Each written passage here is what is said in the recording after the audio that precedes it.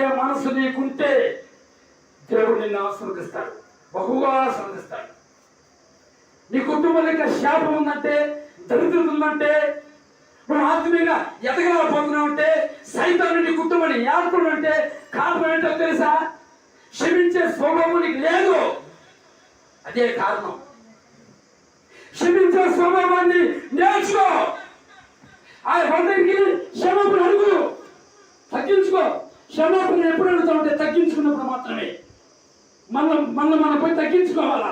నేను పాస్టర్ని, నేనేంది శ్రమపడేది, నేను విశ్వాసం మహాభక్తులు లేదు, నేను మహాభక్తురాలని, నేను భలే పాటలు పాడతా, భలే వాక్యం చెప్తా, దెయ్యాలను పడతా, స్వస్థతలు చేస్తా, ప్రవచనాలు చెప్తా, సువార్త ప్రకటిస్తా, నేనేం చెప్పేది అనేటట్టు ఉంటే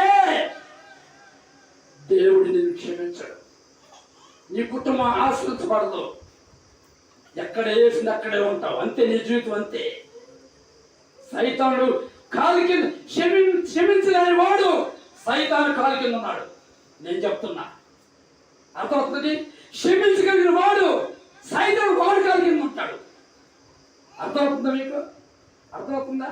సైతాన్ నీ కాలు కింద ఉండాలా, నువ్వు సైతాన్ కాలు కింద ఉండాలి? చెప్పండి. అది అలాంటప్పుడు మీరేం చేయాలా? క్షమించాలా, క్షమించాలి, క్షమించాలి. హల్లెలూయా, హల్లెలూయా, హల్లెలూయా. క్షమించాలంటే మాటలు కాదు. అర్థమవుతుందండి? క్షమించాలంటే మాటలు కాదు. ఊరికి అనుకుంటున్నా క్షమించండి. ఊరికి ఆ మనిషి దగ్గరికి వెళ్ళి చెప్పాలంటే ఎంత యుగాటం వస్తుందో తెలుసా మీకు? అవునా కదా? తప్పకుండా అర్థం వస్తుంది. ఆ యుగే సైతాన్. అర్థమవుతుందా నీకు? తగ్గించుకునేదే దేవుని స్వభావం. హల్లెలూయా.